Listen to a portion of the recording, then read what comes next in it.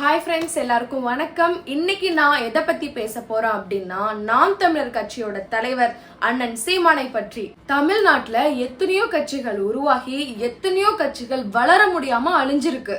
அந்த வரிசையில நாம் தமிழர் கட்சியும் ஒரு சில மாதங்களுக்கு முன்னால இருந்துச்சு. ஆனா இப்ப நடந்து முடிந்த நாடாளுமன்ற தேர்தல்ல அந்த கட்சி 8% மேல வெற்றி பெற்று அந்த கட்சியோட பலத்தை காட்டியிருக்கு. சீமான் அண்ணனை பொறுத்த வரைக்கும் நல்ல பேச்சாளர். அவரு பேச ஆரம்பிச்சாரு அப்படின்னா கூட்டத்துல உள்ளவங்க எல்லாருமே திகைச்சு போய் நிப்பாங்க. சீமான் அண்ணனோட முகம் தெரியாத ஒருத்தர் கூட கூட்டத்துல நிக்கிறாரு பாத்தியா, அவரு கூட வீட்டுக்கு போகணும்னு நினைக்க மாட்டாங்க.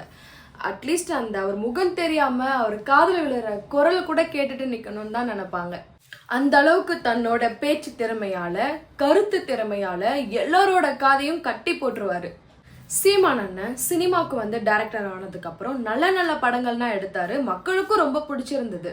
அவரோட சிந்தனைகளும் அவரோட கருத்துகளும் சினிமால மட்டும் அடங்கி போயிடக்கூடாது, நிஜ வாழ்க்கையில வரணும் அப்படின்ட்டு தான் அவர் கட்சியவே ஆரம்பிச்சாரு. காலப்போக்குல அதுதான் நிஜம் அப்படின்னு மக்களும் உணர ஆரம்பிச்சாங்க. அதுக்கப்புறம் நாம் தமிழர் அப்படிங்கிற ஒரு கட்சியை ஆரம்பிச்சு இன்னைக்கு வரைக்கும் ஒரு நல்ல தலைவரா இருக்காரு. ஒரு சில விஷயங்கள்ல அவர் முரண்பாடா பேசினாலும் ஆனா அவரோட நோக்கம் எல்லாமே மக்களுக்கு நல்லது செய்யணும் அப்படிங்கறது மட்டும்தான். அந்த ஒரு ரீசனால மட்டும்தான் எனக்கு அவரை பிடிச்சிருக்கு. தமிழ்நாட்டுல மட்டும் இல்ல, இந்த உலகத்துல நல்லவங்க யாருமே முன்னுக்கு வர முடியாது, எந்த போட்டியிலுமே ஜெயிக்கவும் முடியாது. ஏதாவது ஒரு மேடை அப்படின்னா அவங்கள கூப்பிட்டு கை குலுக்கி பாராட்டுவாங்க, பொன்னாடை போத்துவாங்க, அதோட ஸ்டாப் பண்ணிப்பாங்க அந்த மேடையோட. இந்த சூழ்நிலையில பல போராட்டங்கள் நடத்தியிருக்காரு மக்களுக்காக, பல எதிர்ப்புகள் தெரிவிச்சிருக்காரு மக்களுக்காக. விக்கிரவாண்டியில நடக்கிற தேர்தல்ல அதிமுகவும் நிக்கல, தேமுதிகவும் நிக்கல.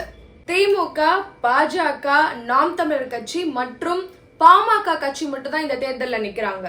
எத்தனையோ கட்சிகளுக்கு மத்தியில இப்போ ஒரு நாம் தமிழர் கட்சி வளர்ந்து வந்து ஒரு அடையாளமா நிக்குது, மூன்றாவது அணியா. இந்த சூழ்நிலையில எனக்கு தெரிஞ்ச விஷயம் என்ன அப்படின்னா, எப்படியாவது அந்த இடத்துல சீமான் அண்ணனை ஜெயிக்க வைக்கணும். அந்த தொகுதியில நாம் தமிழர் கட்சி ஜெயிச்சிருச்சு அப்படின்னா மக்களுக்கு என்னென்ன செய்யணும்னு இவர் விரும்பினாரோ அதெல்லாம் செய்ய போறாரு. அப்போ தமிழ்நாட்டிலே அந்த ஒரு தொகுதி பெஸ்டான தொகுதின்னு இருக்கும் அப்படின்னு நான் நம்புறேன். அதை பார்த்ததுக்கு அப்புறம் மற்ற தொகுதியில உள்ள மக்களுக்கும் நாம் தமிழர் கட்சி மேல ஒரு நம்பிக்கை வரும். சமீபத்துல சீமான் அண்ணன் இபிஎஸ் கிட்ட போயிட்டு, நீங்க தான் அங்க நிக்கலையே, எங்களுக்கு ஆதரவு கொடுங்க அப்படின்னு கேட்டிருக்காரு. அதுக்கு இபிஎஸ் வந்துட்டு, நீங்க கள்ளச்சாராய விஷயத்துல போராட்டம் நடத்துனீங்க அப்படின்னா கண்டிப்பா நாங்க உங்களுக்கு ஆதரவு கொடுக்கறோம் அப்படின்னு வாக்குறுதி கொடுத்திருக்காரு. இதுல முக்கியமான விஷயம் என்ன அப்படின்னா, அதிமுக கட்சி இருக்கிறவங்க யாருமே வந்துட்டு பாமகக்கு ஓட்டு போடக்கூடாதுன்னு அறிவிப்பே விட்டுருக்காரு. இது ரொம்ப வித்தியாசமான அறிவிப்பு. ஏன் அப்படின்னா, அவரும் அந்த தொகுதியில நிக்கல, ஆனா அவர் சார்ந்தவங்க யாருமே பாமகக்கு ஓட்டு போடக்கூடாதுன்னு சொல்லியிருக்காரு. இவ்வளவு ஸ்ட்ராங்கா அவர் சொல்லியிருக்காரு அப்படின்னா அப்போ பாமக வந்து அதிமுகக்கு எவ்வளவு ஒரு பாதிப்பை விளைவிச்சிருக்கும்.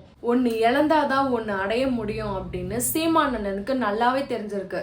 அதனாலதான் அவரும் கள்ளச்சாராயம் போராட்டத்துக்கு ஓகே சொல்லியிருக்காரு. சோ இந்த தேர்தல்ல சீமான் அண்ணனை ஜெயிக்க வைக்கிறோம். அவர் அந்த தொகுதியில என்னதான் பண்ண போறாங்கிறத பாக்கணும். அரசியல் சம்பந்தப்பட்ட விஷயம் மட்டும் இல்ல, மக்களுக்கு தேவையான எந்த ஒரு விஷயமா இருந்தாலும் நான் குரல் கொடுப்பேன். அடுத்த வீடியோவில் உங்களை சந்திக்கும் வரை இப்போதைக்கு உங்களிடமிருந்து விடைபெறுவது உங்கள் யுகிதா.